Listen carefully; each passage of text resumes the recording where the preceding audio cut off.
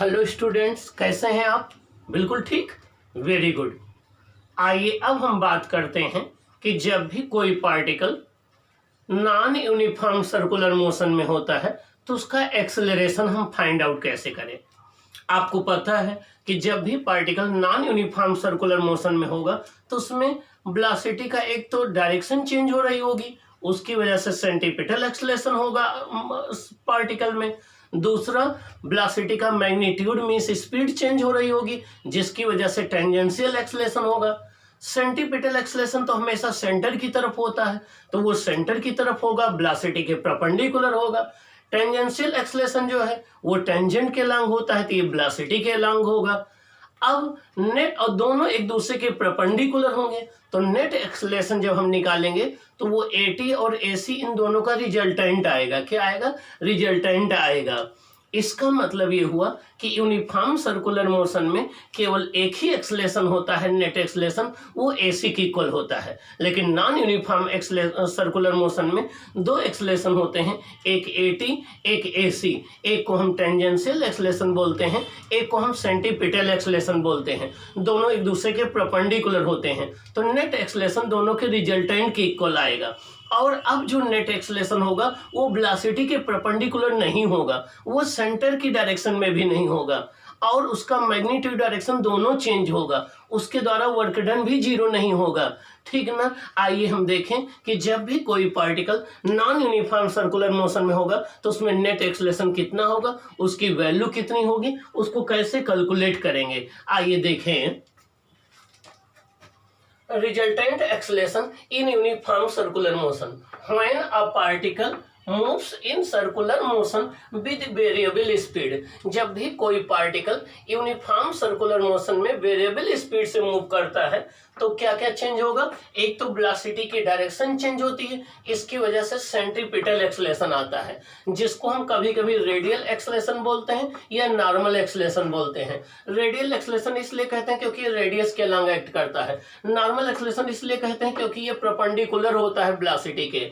और दूसरा, वेलोसिटी का मैग्नीट्यूड चेंज होता है, मींस स्पीड चेंज होती है, तो rate of change of speed की वजह से एक दूसरा कंपोनेंट आता है जिसको हम AT बोलते हैं या टेंजेंशियल एक्सेलरेशन बोलते हैं। ये होता है dV/dt के इक्वल। देखिए, ये कोई एक पार्टिकल है, A पॉइंट पर है, ये सर्कुलर मोशन में, नॉन यूनिफॉर्म सर्कुलर मोशन में है, इसमें दोनों एक्सेलरेशन है। आप देखिए, एक AT है जिसको हम टेंजेंशियल एक्सेलरेशन कहते हैं, जो टेंजेंट के लॉन्ग है, एक AC है जो कि सेंटर के लॉन्ग है। इन दोनों का रिजल्टेंट एक्सेलरेशन A नेट है।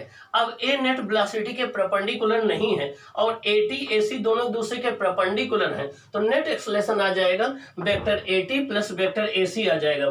नेट एक्सेलरेशन का मैग्नीट्यूड आ जाएगा AT² प्लस AC² आ जाएगा। तो A इक्वल टू AT होता है dV/dt का होल स्क्वायर, AC होता है V²/R का होल स्क्वायर, तो नेट एक्सेलरेशन ये आ जाएगा। ये नेट एक्सेलरेशन जो होगा वो वेलोसिटी के परपेंडिकुलर नहीं होगा, नेट एक्सेलरेशन की डायरेक्शन जो है वो सेंटर की अलोंग नहीं होगी, और नेट एक्सेलरेशन का मैग्नीट्यूड और डायरेक्शन दोनों चेंज होता जाएगा टाइम के रेस्पेक्ट में। आइए अब हम एक न्यूमेरिकल इस पर डिस्कस करते हैं जिससे आपकी कॉन्सेप्ट क्लियर हो जाए।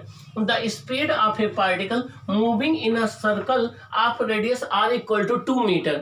कोई एक पार्टिकल है 2 मीटर सर्कल रेडियस के सर्कल में मूव कर रहा है, varies with time t as v equal to t²। वो टाइम के साथ उसकी स्पीड जो चेंज हो रही है वो v इक्वल टू t² के अकॉर्डिंग चेंज हो रही है।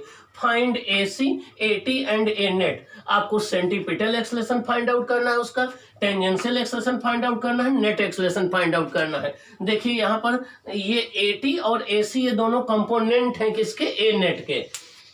देखिए, आपको t इक्वल टू 2 सेकेंड पर फाइंड आउट करना है। आइए देखें सोल्यूशन कैसे करते हैं। सोल्यूशन गिवन है आपको v इक्वल टू t²।